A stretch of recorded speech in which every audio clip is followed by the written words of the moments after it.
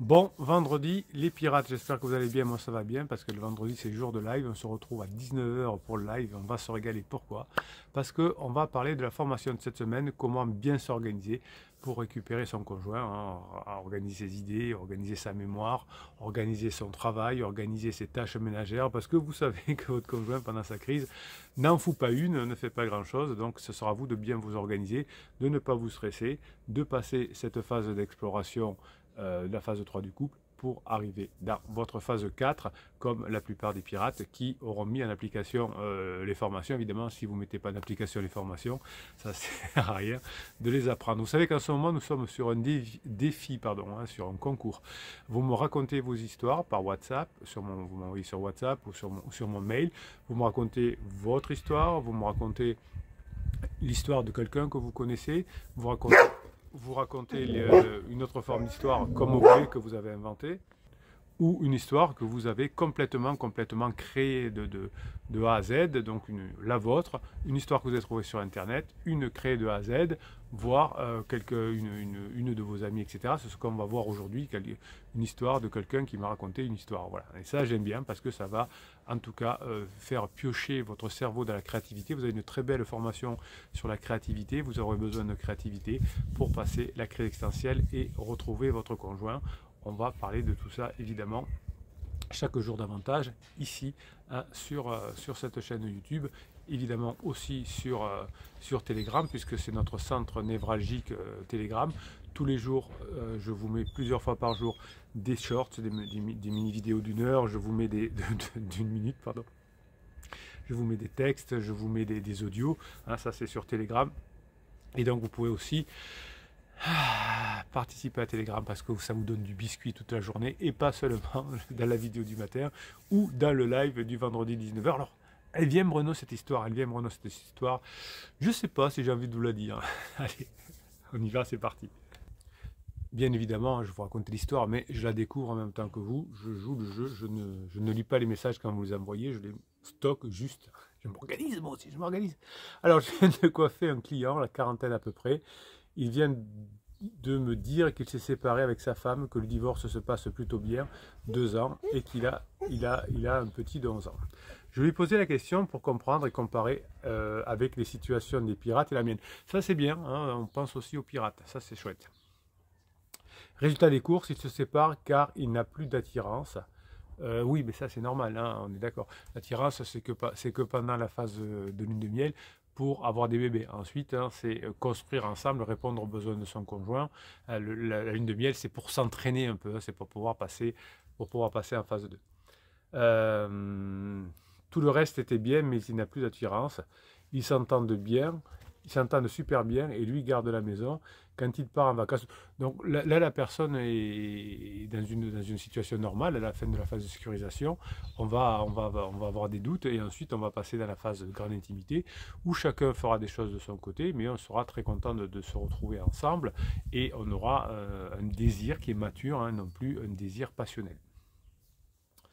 Quand il part en vacances, mon client m'a dit qu'il avait clairement besoin de liberté, de vivre ses rêves d'avant quand il avait 20 ans. Ben voilà. Donc on pense que cette personne n'est pas loin de traverser sa crise existentielle. Plutôt marrant sa réponse. Alors sa réponse, il a besoin de liberté, de vivre ses rêves d'avant qu'il a fait à 20 ans. Ben voilà. Tout est dit, hein, même la personne qui vient se faire couper les cheveux par une piratesse, à un moment donné, vers les 40 ans, puisqu'il a 40 ans, a envie de retrouver ses désirs d'avant. Il y a un gros smiley rigolo de notre piratesse. Je lui dis que peut-être avec le temps, vous finirez par vous retrouver.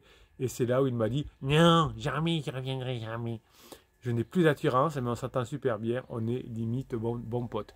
Bon, ben je pense que la femme de cet homme est une piratesse et qu'elle va récupérer monsieur quand il va s'effondrer. Vous voyez, 2 ans de divorce, d'ailleurs ils n'ont toujours pas divorcé, hein, puisque le divorce se passe bien, ils n'ont pas divorcé, donc il n'a pas vraiment envie de le faire. Donc vous voyez, c'est bien parce qu'on a une vision, alors on a plein de commentaires de personnes qui étaient en crise, mais là on a un beau commentaire aussi hein, de personnes qui nous disent « Jamais j'y reviendrai parce que je veux revivre mes 20 ans ». Et bien, quand il va voir que c'est pas possible, évidemment, ça va lui faire drôle. Je viens de lire le dernier post sur Facebook, alors c'est une autre histoire. J'ai tendance à me libérer en ce moment. Je n'aime pas raconter ma vie, mais je vais le faire. Voilà. J'en vais donc raconter ma rencontre avec... Alors, quand il y a des messages comme ça, je change les prénoms, évidemment.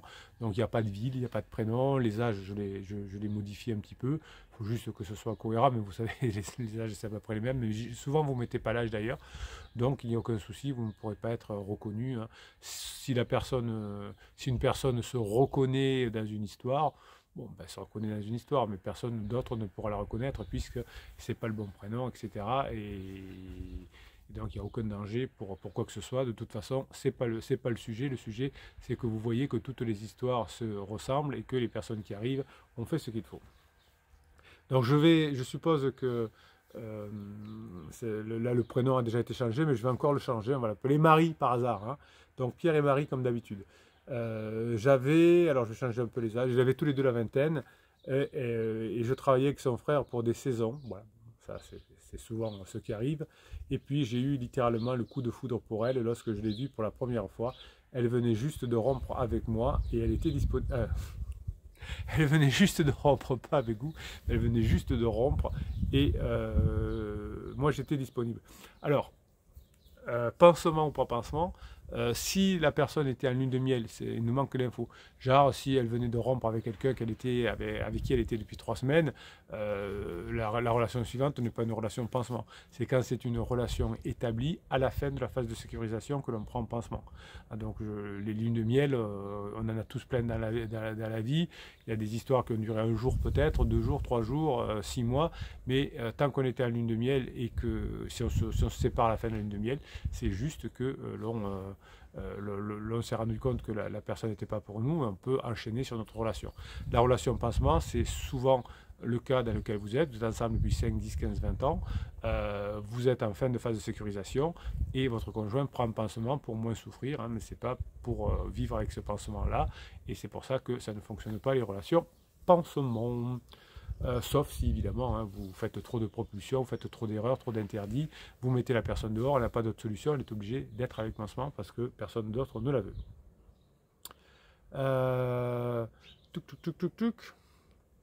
J'étais toujours... Alors, nous avons entamé à échanger, sortir et entamer une relation.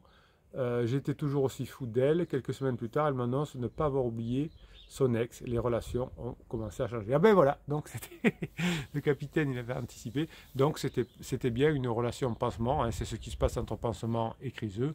Surtout si vous faites ce qu'il faut. Au bout d'un moment, votre criseuse va dire son pansement, je ne sais pas si je vais me séparer avec machin. C'est là que vous avez un coup de pression. On dit, bon maintenant tu choisis entre moi et lui. Donc si ça va à valo entre vous et elle, ben, c'est là que vous allez avoir le coup de pression. Mais non, il faut que ça avance. Hein. Mais si ça se passe bien entre vous et que l'autre personne, le pansement, met la pression, eh bien c'est tout bénéf pour vous. Bon, donc elle m'annonce de ne pas oublier son ex, évidemment, ça c'est oublié. Les semaines passent, je m'accroche, donc là on voit qu'il y a une forme de pansement en tout cas. Elle n'est pas tout le temps très sympa dans ses actes, évidemment. Hein. Votre criseux n'est pas non plus très sympa dans ses actes avec son pansement. Elle change également physiquement, une transformation perceptible, mais pas au point de déceler quelque chose. Elle travaille de nuit, se déplace uniquement en moto, elle ne se confie à personne. 8 mois après notre rencontre, elle ne peut que dévoiler sa grossesse. Un véritable déni de grossesse où personne, même ses proches, ne s'est aperçu de sa grossesse. En ce qui nous concerne, les rapports étaient inexistants. Donc, probablement, hein, vous voyez qu'elle était en crise peut-être de la vingtaine, enfin, je ne sais pas quel âge elle avait exactement à ce moment-là. Et donc, elle avait sûrement peut-être revu son ex, je ne sais pas. Toujours présent à ses côtés, je l'accompagne jusqu'à la fin de sa grossesse qui n'a pas duré longtemps puisque l'accouchement s'est produit 1 semaine après l'annonce. Ouais, il y a beaucoup il y a beaucoup de personnes comme ça qui ont des dénis de grossesse et qui accouchent tout de suite après.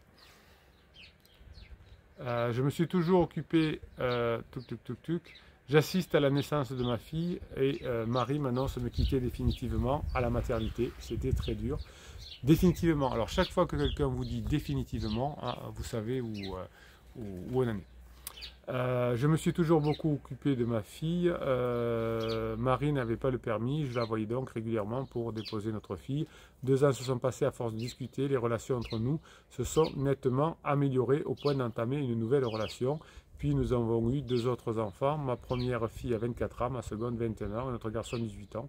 Donc vous voyez que le fait de s'être accroché, le fait d'avoir fait ce qu'il faut, a permis de renverser la situation. Depuis 5 ans, nous vivons des moments difficiles dans notre couple. Nous avons vendu notre maison et depuis, il est plus compliqué de retrouver nos marques.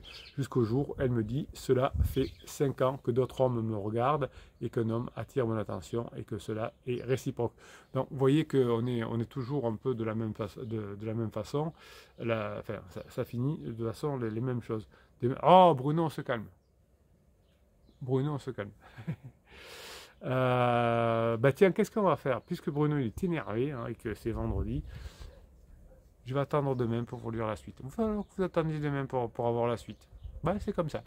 Qu'est-ce qu'il arrive à Marie et Pierre hein? Donc je vous répète, nous vivons des moments difficiles dans notre couple. Nous avons vendu notre maison et depuis, il est compliqué de retrouver nos marques. On en parle demain? On est des fous, on est des fous. Passez la journée que vous méritez. Mes pirates adorés, on se retrouve à 19 h pour le live. On va écouter demain la fin de cette histoire. On se régale, mais vous voyez que toutes les histoires vont se ressembler. En tout cas, pour l'instant, Pierre a réussi, après c'est fini, je ne reviendrai plus, hein, d'être revenu avec sa femme et d'avoir eu des enfants. Ensuite, on va voir où on en est aujourd'hui. Ça, c'est bon, passez la journée que vous méritez.